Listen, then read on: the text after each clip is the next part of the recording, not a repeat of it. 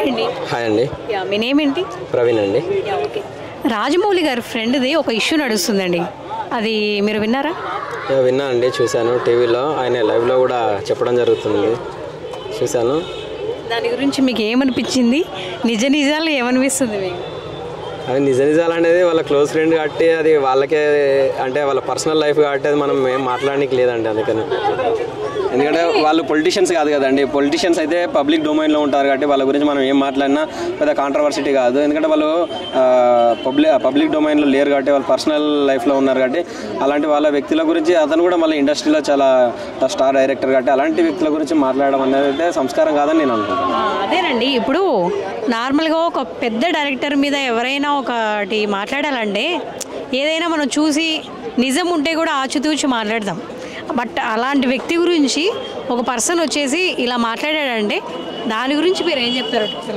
ఒకటండి, నిప్పు లేనిదే పొగరాదు. 100% అందులో ఏదన్నా ఉంటేనే మాట్లాడతారు. కానీ ఈ రోజులలో ఏమైందంటే ఒక బ్లాక్ మెయిలింగ్ అనేది కూడా పెరిగిపోయింది.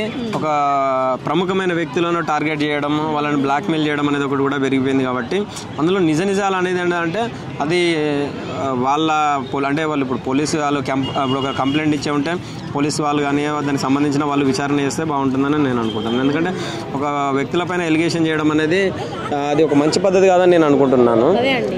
అది ఏంటంటే మనలాంటి వ్యక్తులను కూడా మనం అలాంటి వ్యక్తుల మీద ఏదో బురద చల్లినట్టు 2 నిమిషాలు మాట్లాడి వెళ్ళిపోవడం అనేది సరికాదు.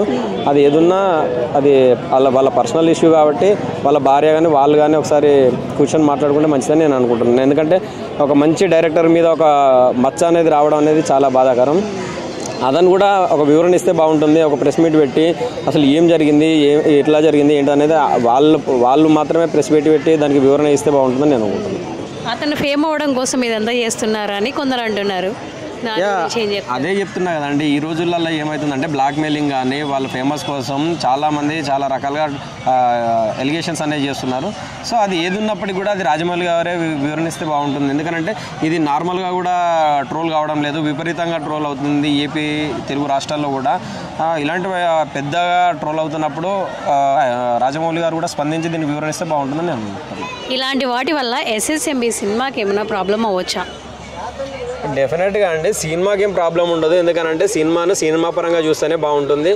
ఇలాంటి పర్సనల్ ఇష్యూస్ అనేది సినిమాకు టచ్ కావాలని నేను అనుకుంటున్నాను. ఎందుకంటే రాజమౌళి గారు తీసే ప్రతి సినిమా కూడా చాలా సూపర్గా ఉంటుంది. సినిమా అనేది ఒక రాజమౌళి గారితో ఒక హైప్ అనేది వచ్చింది ఇండస్ట్రీలో, ఒక మంచి డైరెక్టర్గా ఉన్నాడు.